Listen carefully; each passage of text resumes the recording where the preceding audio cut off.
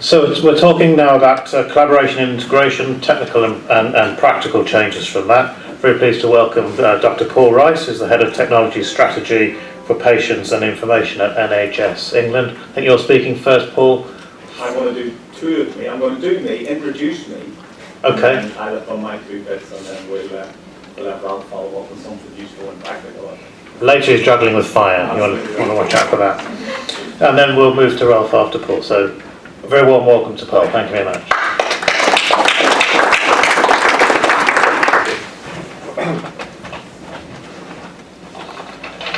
Yeah, as the chair's already observed, Charlotte's sent us a message through the first thing this morning to say that she was on her deathbed, but if her presence was absolutely required, she'd get off her deathbed at lunchtime. But I think we decided that that felt a little bit unfair, and that her and I have done a number of things recently where we've sort of co-produced and co-delivered things. So I'll attempt to do her some justice. And you won't be surprised that this presentation ostensibly represents the view of a civil servant sitting in Westminster about the challenges and the opportunities going forward. So that's the context for what Charlotte's actually talking about, or was talking about. And apologies, I haven't been with you for the whole of the day, so I would imagine in any other framing of this discussion that much of this ground has already been covered in terms of, and even what Noelle said at the introduction of her session. It's no surprise that the challenge has got many faces, but that challenge is driven by drivers associated with demography and the challenges of an ageing population with, I suppose, in a health language or a language that the audience recognises, multiple comorbidities and therefore multiple requirements and demands of the services. And that also the other side of that equation is that it even if that rising need wasn't putting pressures on budgets, that the budgets themselves are under significant pressure.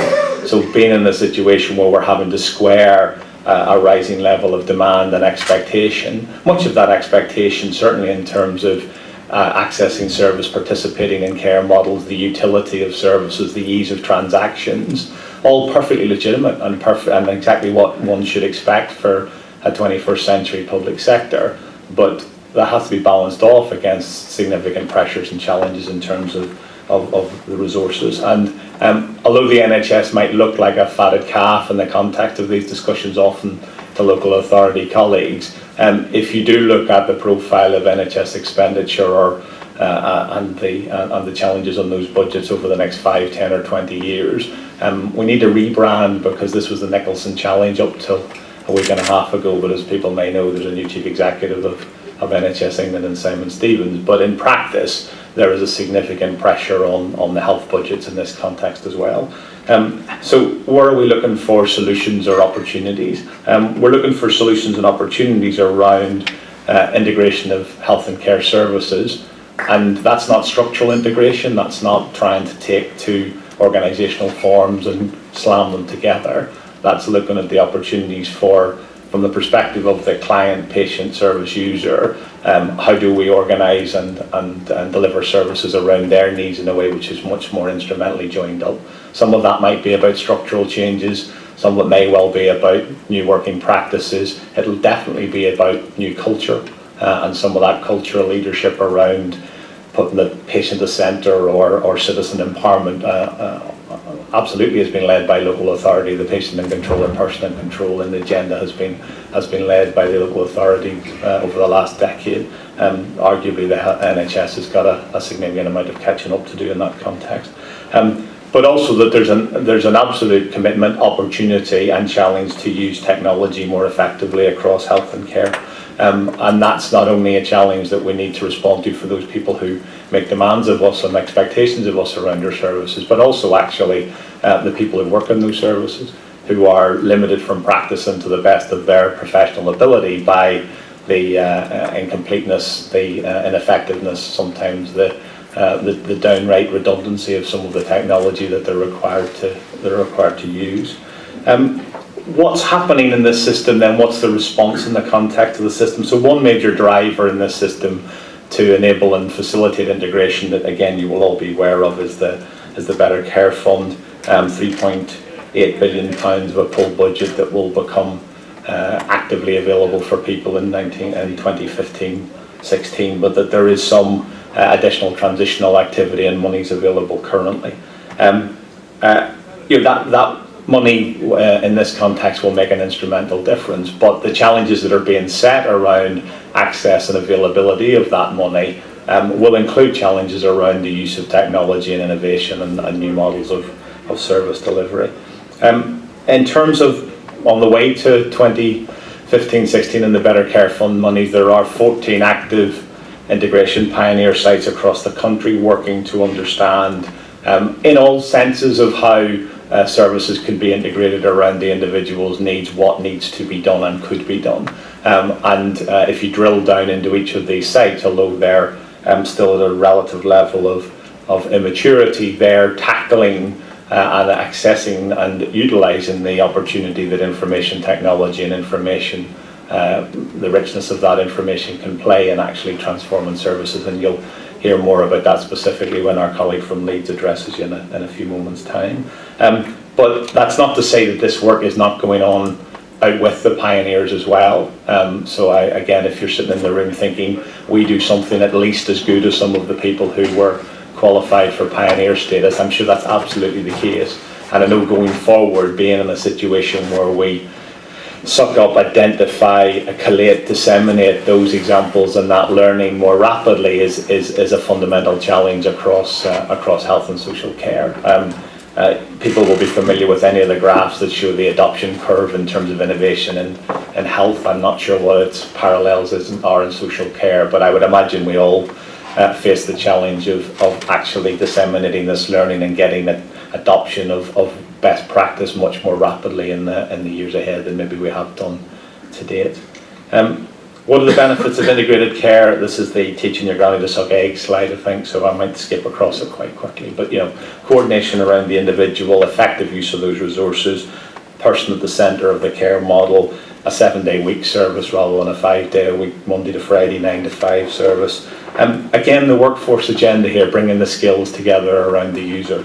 And from a health perspective, the ability for these interventions in the preventative stage of the management of an individual to potentially impact positively on the downstream, and where that person has an exacerbation, a crisis, and ends up needing to be admitted into hospital.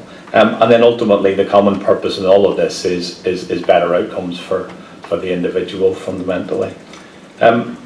These are 3 sort of rich case studies that Charlotte's pulled out to talk about why for each of these individuals there is a reason why joining up care around them would be instrumentally better for them, both in terms of their experience, their outcome, the use of resources, etc., etc. I'm not going to dwell on these. I'm sure that the slides are available for people afterwards. I'm not sure whether these are hypothetical, but they've actually got quotations in that are first person, so I'm assuming these have actually been drawn from real situations and real conversations. But these will be repeated time and time again across our system and across our services currently, so there'll be no surprise to anybody what's there.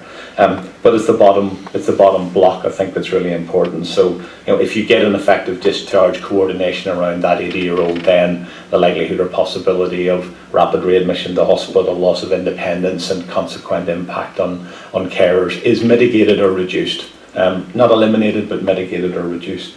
Again, in the second one, the more fundamental and joined up assessment of that individual means that in terms of her ability to be a mother in the care for her son, that's enabled rather than something that becomes more of a challenge that it's actually going to be because of her circumstances and condition.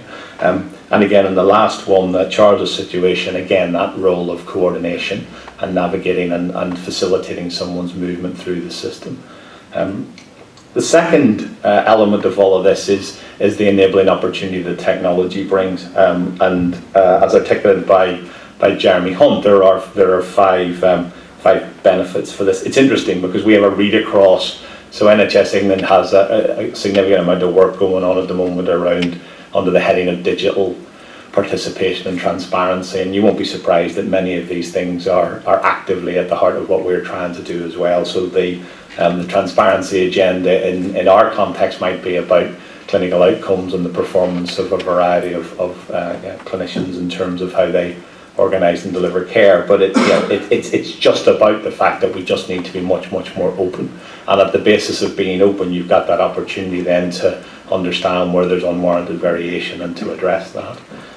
Transactionally, again, we don't need to go around the loop of the Amazon generation, but we are all aware of how easy or relatively easy some of the transactional relationships we have with other services are currently, and how some of them are still too difficult when in the context of public services. Not universally the case, but in some contexts that's harder potentially than it should be, and that there are not just better experiences out there for people, but more efficiencies associated with that.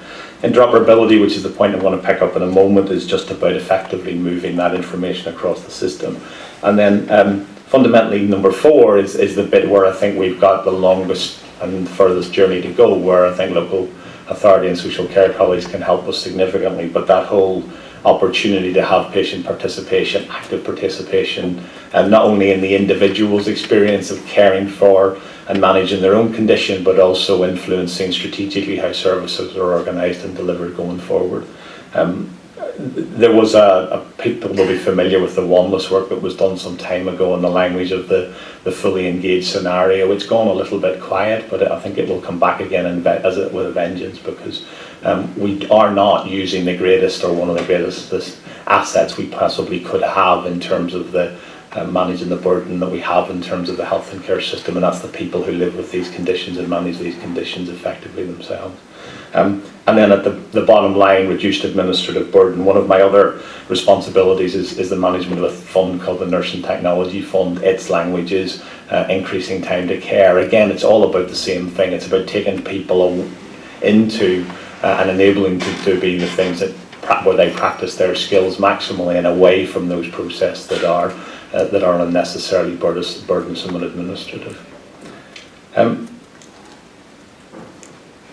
I'm going to skip this one in terms of, I think this is the end of Charlotte's slide, and I think I pick up quite a lot of it in a moment. But again, just to reiterate, the Better Care Fund, some of the work on the Technology Fund, which I'm going to talk about, some strategic coherence around a thing called the National Information Board. Somebody mentioned 3-word acronyms earlier on. That one used to be a 4-word acronym, so they've trimmed that one to 3 now. But it's got a responsibility with the variety of arm's length bodies that we have now to coordinate this agenda across the whole health and care system.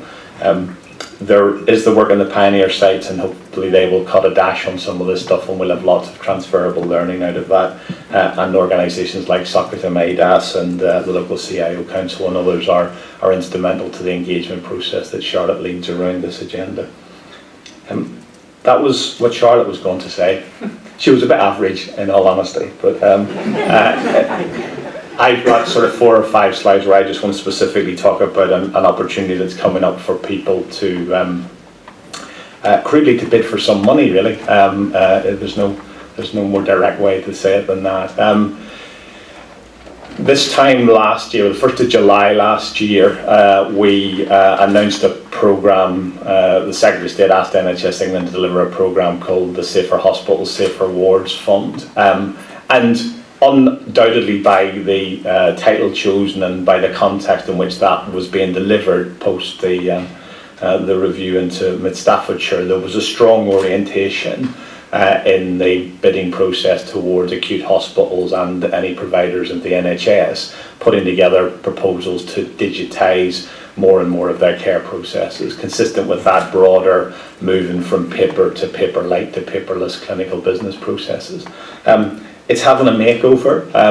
You're the first people to hear about this makeover in terms of, we're still in the last throes of getting that approval for this. But ostensibly that fund did support some projects that we called integrated digital care record projects. So some projects that were actively looking to collaborate across health and social care and to move information across health and social care. But as I say, the focus was probably more explicitly on activities in acute hospitals than in the NHS side of the equation. The orientation of the fund going forward is much more about reflecting this sentiment that ultimately the ambition around integrated care can only be delivered if we have information effectively flowing between the relevant systems to ensure that the solution is a joined up solution.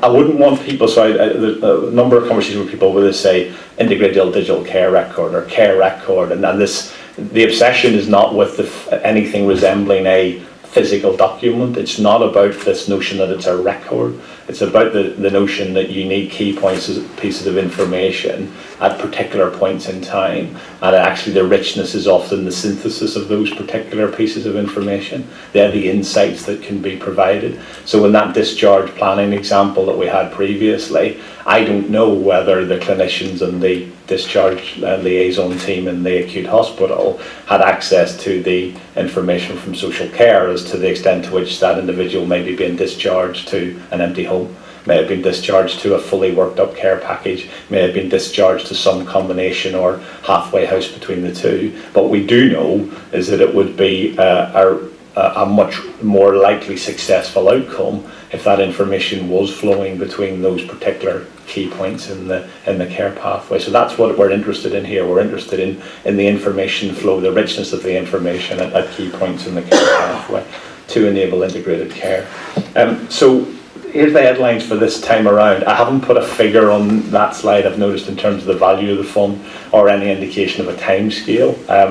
There's probably two reasons for that. One, although the Secretary of State, if you go back to last September, did actually announce the value of the top-up figure for this fund, I'm still in the negotiations with Treasury to ensure that we have access to those resources. And that in turn then has an impact on the timing of any announcement or any publication with respect to this. But it's hopefully weeks away. That's the sort of timescale that we're talking about. So how this differs is that NHS organisations can still submit an application for a solution which, if you like, is within the bounds of their organisation. So again, in my shorthand, a digital care record solution. So they might not have capability in the accident emergency department. They might not have an e-prescribing capability in the hospital. They may have a number of other gaps in what they do to digitise their own business. But in addition, they're actively encouraged to apply for the fund in partnership with a local authority or local authorities, where in essence they're trying to move that information more effectively across the system. The funds are available for both 2014 and 2015-16, heavily weighted towards this year in terms of the availability. It's all capital, but will be grant capability or facility for the local authorities who are successful in drawing down the monies. Our sense of what a good proposal is, and this is what we applied, the rubric we applied the first time round, was it has to be a strategically coherent proposal. The proposal itself has to be governed. So don't come forward with a proposal that pretends or tries to communicate a level of collaboration between health and care that doesn't actually exist, or that the governance mechanisms to govern the project don't reflect that there's clear and senior leadership across the agenda. And these next three are probably almost the biggest challenges for applicants. This has got to be part of a change management, a business change process that people are doing. It's not an investment in a business as usual solution. It's not a replacement of a redundant capability that people currently have with just the same thing. It has to be about instrumentally supporting some sort of business change, some change in the way in which care is organised and delivered. It has to give us confidence that it's going to actually deliver on its promises, and therefore that there's robust project management around that. And there has to be some sense of a sourcing strategy in terms of, again, this may well be somewhere that in terms of pedigree and experience, local authority colleagues are better placed. But because of the national programme on the NHS side, some of the capability locally to source these solutions is not as well developed as it could or should be. And then IT at the end, because it's important, but actually the whole programme's not about investment in information technology. The whole programme's about investment in the capability to change services that information technology enables us to do. Another challenge for applicants is that they'll have to effectively describe how the proposal will deliver a return on investment at least greater than 1.5 to 1 in terms of ratio. And then a bigger piece of work that needs to be done around a benefits realisation plan associated with the investment.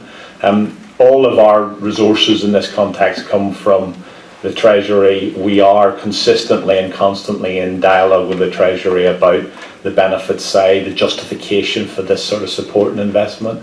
And it's really, really critical that that we demonstrate that these sorts of investments do actually lead to better outcomes, but also to higher levels of efficiency and effectiveness, or else the sponsorship's not there going forward fundamentally. Joint proposals have to be signed off by health and wellbeing boards. So again, just to make sure that it's not a token joint proposal, but an actual joint proposal. And then in terms of the strategic levers that we would want to see effected through this, that there's use of the NHS number becomes a prerequisite in terms of consistency of identity across this. That your solution, if possible, can be in that technical space around open application programming interfaces, so it's much more easily going forward for the solutions to plug and play rather than to be closed, siloed solutions. That's harder because a number of the solutions that are actually still being introduced by the people under the national programme are proprietary stack, so it's a preferable thing rather than an insistence on our part.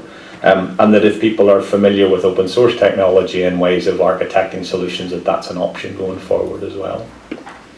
I'm way over my time, so I'm going to stop there. I have a number of other slides about some other work that we're doing, but I just wanted to say if anybody wanted additional details specifically on the fund and what we're looking to achieve by virtue of that, to please get in contact with me or Rob, who works for me on this agenda. Thank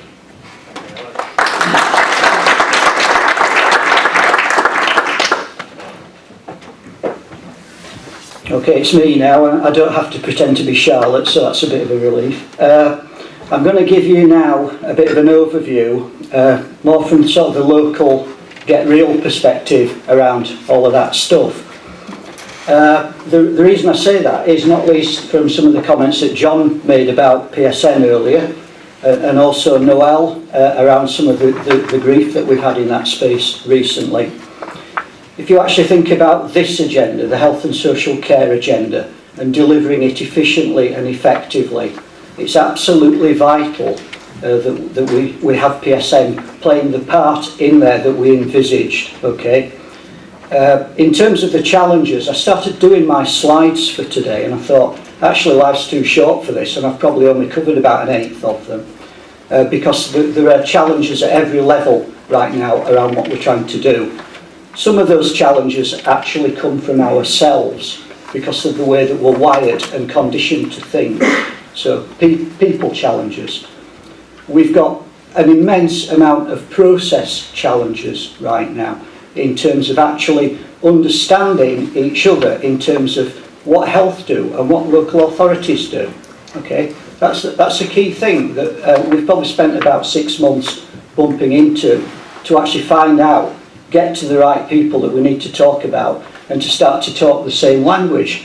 Because you know what, one of the other challenges is at the moment we all speak English, but we use it in very, very different ways between local authorities and health. Okay? We've also got timing challenges right now, because a lot of the things that Paul was advertising there in terms of the funding to do things radically differently, that's really, really good. However, right at this point in time, we have the care bill looming on us, which talks about using that NHS number. We have an initiative coming out of Health and Social Care Information Centre right now about child protection and information sharing, which is telling us to do all sorts of things in ways that actually, frankly, large sections of local authorities won't understand right now. We've also, at the same time, in terms of that timing piece, we've got health grappling with how to untangle and replace M3, the network, the big network which keeps the lights on. Okay, so John's talking there about we're taking those steps to move together now around PSN too right we're doing that, but actually the window for doing that is beginning now, and it's an awfully tight window because we've got some big things in that space that we need to solve, and we need to solve them rapidly. Okay, so that's probably enough really about the challenges. So I'll zip on. Lots of stuff. Okay, I'll just pause briefly on this slide because in terms of what local authorities have to grapple with at the moment in order to be able to work with health, John alluded to this in terms of the work that's now going on to actually sorting out the sheer bureaucratic nightmare that it is right now, is in terms of cost, complexity, completion of toolkits, completion of technical standard documents for both health and also for our Cabinet Office colleagues. Okay, so we've got a huge amount of duplication in there, and actually the victims of that at the moment are local authorities. Okay, so the work that John alluded to, actually we have pump primed that because we've been in this space for several years now. Okay, that's the reality of it. We've also got some real serious issues in terms of whether it's actually true or not is one thing, but we've got some real questions right now around information governance generally. It's usually cited as a blocker. Okay, and that's actually, well, you know why? Because it probably is. That's back to the mindsets that we inhabit, however, very much so. So we need to do something about that as well. The drivers, I've touched on a number of these already. For me, the drivers are not what we're being told to do. It's more about the austerity position. It's about our ageing population. It's about our ability to cope with what's coming next with reduced funding. But by the way, as usual, we've got a raft of things coming at us that we need to deliver. So we've got to find a better way around this. Okay, so we're coming on to the reasons to be more cheerful bit now, in terms of fixing it. Okay, we've been around the loop quite often with this recently, and we've actually identified a number of steps that we can take to start to converge with health in a sensible sort of a way which works for both of us, because health and local authorities are 2/3 of the public sector. So if you think about that in terms of the potential for savings and efficiencies, that's a big prize. But what we've got to do first of all is simplify and actually get over ourselves and come together. Okay, trust each other. Start to learn when we're using vocabulary in one way that Dr. Paul Rice uses in a totally different one from an NHS perspective. So part of that is actually to look at the things that we're subject to now and to start to fix them. Okay, so IG Toolkit is the converse side of the IG Statement of Compliance. And basically what that means that if we as local authorities want to talk properly with health, we should be complying with IG Toolkit requirements. We should be doing the IG Statement of Compliance. What we shouldn't necessarily be being told to do is buy M3 circuits. That's another story. However, the key thing is to actually get down this line as quickly as we can now. If you think about your own local authorities, you think about the number of technical workarounds, of process workarounds that there are in place right now to enable us to actually support integrated working between health and social care. It's kind of you couldn't really make it up situation. So we really need to get a strategic piece around this. This is where these stakeholders come in now. From a local CIO council point of view, Health and Social Care Information Centre, NHS England, Department of Health, Cabinet Office, massive supporters of this, to actually come together and look at the piece in the round and work our way through. Okay, so this is what we're doing right now. This is the last slide, but hopefully it gives you an idea.